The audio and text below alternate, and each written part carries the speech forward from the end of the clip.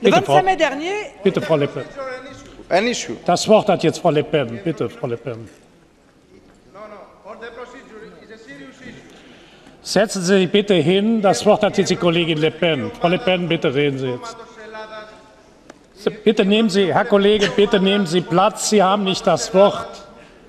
bien, Bitte nehmen Sie Platz. Sie haben nicht das Wort. Das Wort hat die Kollegin Le Pen. Bitte, Frau Le Pen. le 25 mai dernier, le réveil des peuples européens, Wenn Sie jetzt nicht 25 aufhören d'ailleurs, zu stören, dann muss ich Sie leider aus dem Saal weisen. Setzen,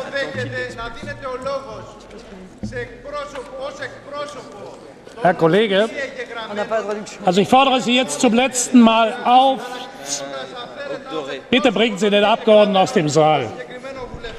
Bitte verlassen Sie jetzt den Saal. Herr Abgeordneter, Sie verlassen jetzt den Saal. Okay. Bitte führen Sie den Abgeordneten aus dem Saal.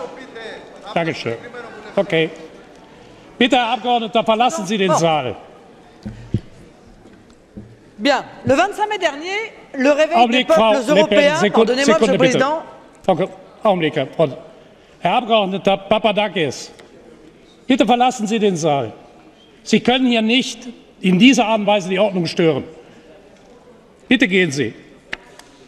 Sie können zur Abstimmung wieder reinkommen, aber ich schließe Sie jetzt von der Sitzung aus. oh là là.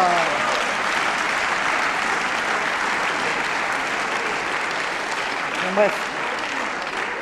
Ja, okay, vielen Dank. Frau Le Pen, Sie haben das Wort. Merci, Monsieur le Président. Donc, le 25 mai dernier, le réveil des peuples européens a commencé de sortir le vieux continent de sa torpeur. Nombre de nations, en particulier la France, que je représente dans cette Assemblée, ont choisi d'envoyer un message très clair. Eh oui, ne vous en déplaise, mes chers compatriotes, ont choisi d'envoyer un message très clair. Non à l'Europe de Bruxelles, non à la confiscation de la démocratie, non à l'imbécilité des politiques récessives, non au déclassement, non à l'immigration massive organisée, non à la dilution de nos identités, oui à nos nations. L'Union européenne est devenue un projet fou, un projet mortel, dont progressivement les peuples se détournent. Mais aussitôt les urnes dépouillées, les représentants d'une classe politique d'un autre âge, arc-boutés sur la défense de leurs privilèges, obsédés par le maintien du système qu'ils défendent, prêts à toutes les compromissions, merci de nous en avoir donné encore aujourd'hui la preuve, pour défendre les intérêts qui ne sont pas ceux de nos peuples, affolés sans doute par le résultat des élections, on les comprend, ont choisi de tourner le dos au message démocratiquement lancé au printemps. Les conservateurs et les socialistes, je ne parle pas des libéraux, sont les mercenaires. Une fois encore, selon leurs vieilles et détestables habitudes, se sont immédiatement répartis les postes, niant tout du désir de changement et d'intégrité exprimé dans les urnes. Entre le PPE et le PSE, entre l'UMP et le PS, pour parler des partis français, c'est l'habituel partage du gâteau. À toi le Parlement, à moi la Commission.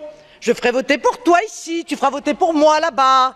Et ne nous faites pas croire que les peuples européens auraient, lors des élections européennes, choisi Jean-Claude Juncker plutôt que Martin Schulz à la tête de la Commission, ou l'inverse d'ailleurs. L'un comme l'autre sont, dans les pays de l'Union européenne, de parfaits inconnus qui ne représentent rien et n'incarnent rien. Monsieur Juncker, vous êtes arrivé à la tête d'une institution à laquelle les patriotes en France, mais aussi dans beaucoup d'autres pays de l'Union européenne, récusent toute légitimité. Vous n'êtes pas l'élu du peuple. Vous n'avez en aucune manière été choisi par le peuple français, ni par aucun autre d'ailleurs. Vous n'êtes donc en rien fondé à vouloir prétendre diriger la vie de nos concitoyens. Votre pouvoir immense et illégitime, vous le tiendrez de traités imposés au peuple malgré leur vote, et de lobbies financiers et commerciaux qui font le siège de votre institution pour la corrompre chaque jour davantage.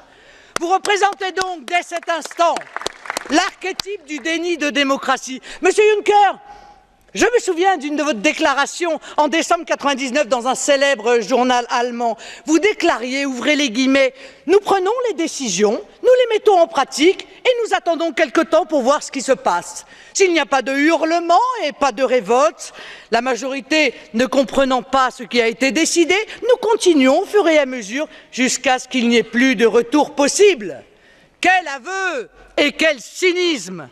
Vous remplacez M. Barroso, Martin Schulz aurait pu prendre votre place, peu importe. Ce sont de toute manière les mêmes orientations qui guideront l'action délétère de la Commission. C'est l'obsession de la fin de la nation, une dangereuse utopie fédéraliste qui continuera de dominer.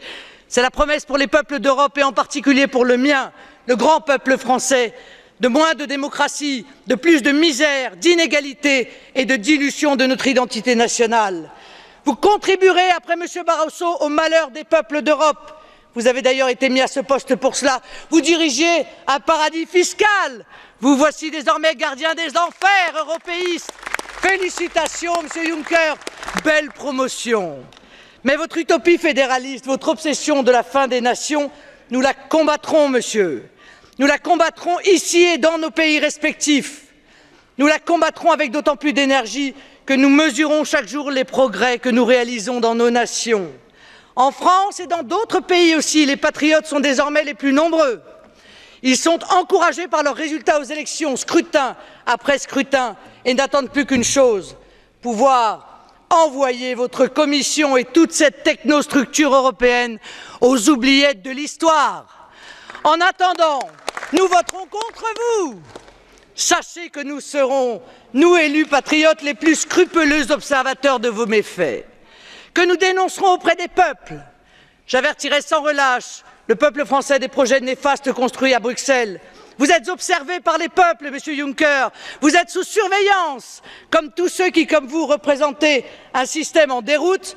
Vous n'avez pas voulu admettre le résultat des urnes, mais nous serons là, avec tous les patriotes d'Europe, pour vous le rappeler sans cesse.